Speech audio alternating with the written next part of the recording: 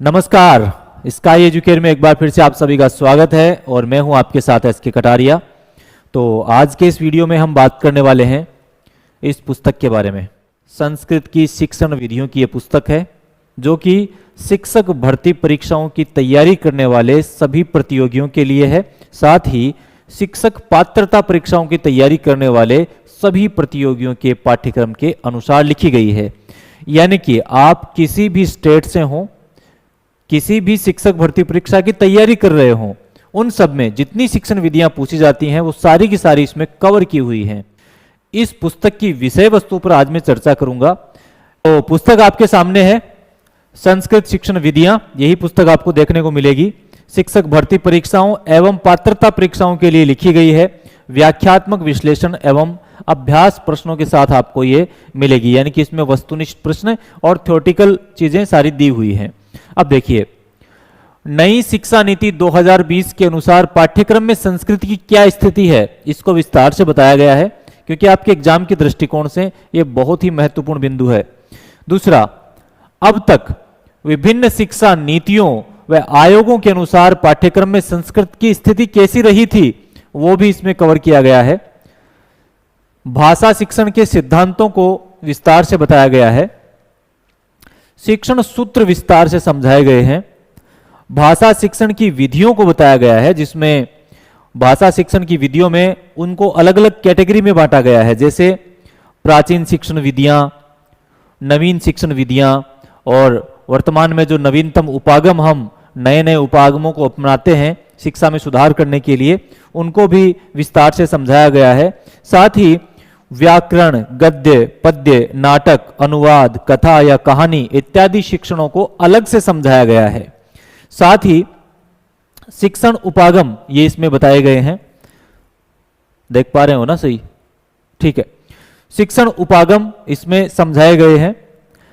भाषा कौशलों में दक्षता का विकास, भाषा कौशल श्रवण, भाषण, पठन, लेखन, इन कौशलों से होकर जब हम गुजरते हैं तो हमें एक चीज हासिल हो जाती है, वो है भाषा का सुव्यवस्थित ज्ञान। तो भाषा कौशलों में आपको उसके लिए दक्षता प्राप्त करनी होगी, तब आप भाषा को सही ढंग से बोल पाएंगे, लिख पाएंगे, सुन पाएंगे, पढ़ पाएंगे। अगला जो बिंदु है, अध्यापन कौशल कौन कौन से हैं, उन सभी अध्यापन कौशलों को विस्तार से बताया गया है। शिक्षण के सोपान कौन कौन से हैं, उनको इस पुस्तक में कवर किया गया है। मैं आपको अभी इसमें दिखाऊंगा भी। अधिगम एवं संप्रेषण के साधन, आपके एक बिंदु जोड़ा हुआ होता है जो बहुत ही महत्वपूर्ण है, विस्तार से बताया गया है। संस्कृत की पाठ्य पुस्तकें, इसके बारे में विस्तार से चर्चा की गई है।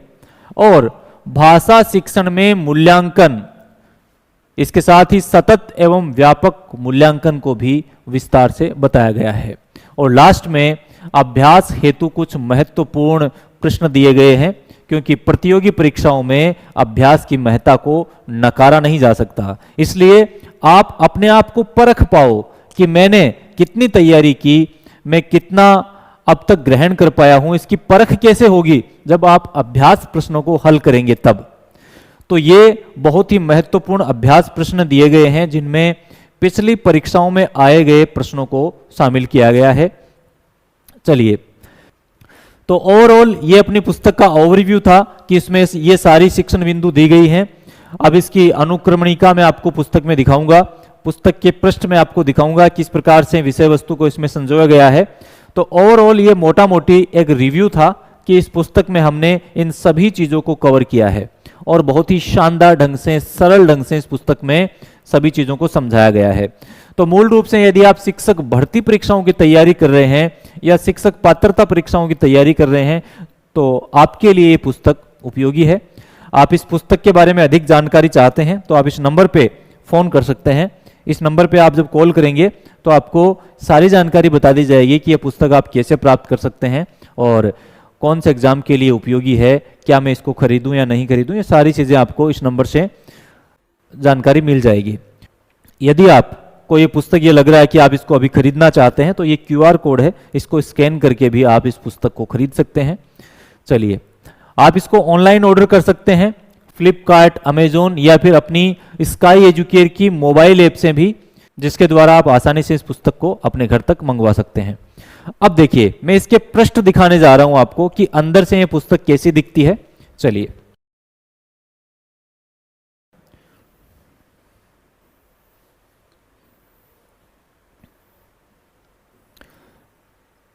ये इसकी अनुक्रमणिका है। इसमें कौन कौन से बिंदुओं को पढ़ाया गया है आप इनको देख सकते हैं। मैं जूम कर देता हूं। सारी चीजें यहां पर दी हुई है। भाषा शिक्षण का परिचय स्टार्टिंग में बताया गया है। पाठ्यक्रम में संस्कृत की स्थिति बताई गई है। भाषा शिक्षण के सिद्धांत, शिक्षण सूत्र, भाषा कौशल, प्राचीन शिक्षण विधियां, नवीन शिक्षण विधियां, नवीनतम शिक्षण उपागम, व्याकरण शिक्षण, गद्य शिक्षण, पद्य शिक्षण, नाटक शिक्षण, अनुवाद शिक्षण, कथा शिक्षण। इसके बाद में अध्यापन कौशल या शिक्षण कौशल, पाठ योजनाओं हेतु शिक्षण सोपान, संस्कृत शिक्षण में अधिगम एवं संप्रेषण के साधन या उपकरण, संस्कृत की पाठ्यपुस्तकें, भाषा शिक्षण में मूल्यांकन, सतत एवं व्यापक मूल्यांकन एवं अभ्यास प्रश्न, ये सारी चीजें दी हुई हैं। 150 पेज की ये बुक है। मैं आपको इसके पृष्ठ दिखा देता हूं। इस प्रकार से अपनी ये पुस्तक शुरू होती है। ठीक है, इस प्रकार से बिंदुओं को हाईलाइट करते हुए इस पुस्तक को तैयार किया गया है, जहां पे आसानी से सारी चीजें आपको समझ में आएंगी। जैसे कि भाषा का परिचय हो गया, भाषा के रूप हो गए, भाषा की विशेषताएं हो गई। अब एक प्रतियोगी की दृष्टिकोण से हम देखते हैं तो इस प्रकार से आप सभी चीजों को एक साथ पढ़ पाएंगे। जैसे सभी विशेषताएं एक साथ हो गई, ठीक है, भाषा के रूप हो गए। इसके बाद में भाषा अर्जन क्या है, भाषा अधिगम क्या है, ठीक है, इनको हम वीडियो कोर्स में भी अच्छे से समझ रहे हैं। अगर आप इसी बुक का वीडियो कोर्स लेना चाहते हैं तो स्काई एजुकेयर मोबाइल ऐप में मिल जाएगा।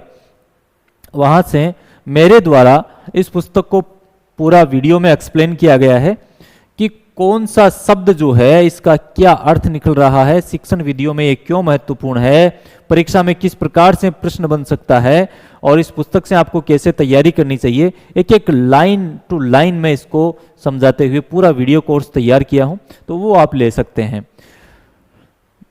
भाषा अधिगम शिक्षण, शिक्षण की परिभाषा हम देखेंगे।